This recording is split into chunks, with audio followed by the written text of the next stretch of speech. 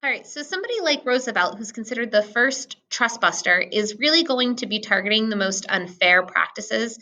So the most wealthy men like JP Morgan, which we saw in the video that we watched taking the White House. Wilson is going to be somebody who's a little bit more aggressive. He's going to be looking for more total reform. So there are some people who are going to believe that monopolies are more inherently evil than others. And others are going to be just looking to just make sure that the most unfair practices are stopped. And like I said, this other question with legislation is how's this legislation used with this unions? If the unions are really the only voice that workers have, and the Sherman Antitrust Act can be used to stop unions, are you really helping or hurting people by using this legislation? So the other thing that you're going to have within the progressive movement is reforming the government. We saw in both the video and a couple of the activities that we've done that the government is actually corrupt. We talked about Boss Tweed, who skimmed off the top of government projects to line his own pockets. We saw the Titans buy their own president. So the progressives are going to be looking and ask the question about how do we fix corruption in the government? And their response is going to be give people a voice and increase efficiency.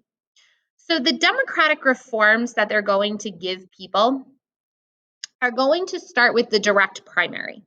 So with the direct primary, all party members can vote for a candidate to run in a general election. Before the direct primary, what you would do is you would vote for a person who would then vote for a candidate. So you wouldn't actually vote for the candidate yourself. You would vote for somebody to represent you who would then vote for a candidate. Something else that they did was put in place a couple of things for local elections primarily. So a referendum allows for citizens to vote on proposed laws. So if you listen to Boston stations in this area, you probably heard something about voting no on question one or voting yes on question one, the right to repair. That's an example of a referendum. An initiative allows citizens to introduce legislation. Um, so allowing citizens to introduce legislation, you could actually propose something that is important to you to become law. So I know something that was going around within the past couple of years was a ban on plastic straws and plastic bags. A lot of citizens were putting that in place in local, city, and state elections, asking for that to become bills and laws within the city and states. A recall actually allows citizens to demand a special election to remove someone from office before the end of their term. So if any of you have ever watched Parks and Recreation, Leslie Knope, when she finally becomes an elected official, she faces a recall and she has to go through a special election. And in order to maintain her seat, she would have had to win that election, and unfortunately she doesn't, and she goes back to the Parks and Rec department of the city. The last thing that comes out of this is the 17th Amendment, which allows people to directly elect senators. Before this, the state legislation would actually vote for senators. So the main purpose of all of these reforms is to really give people more voice in the government.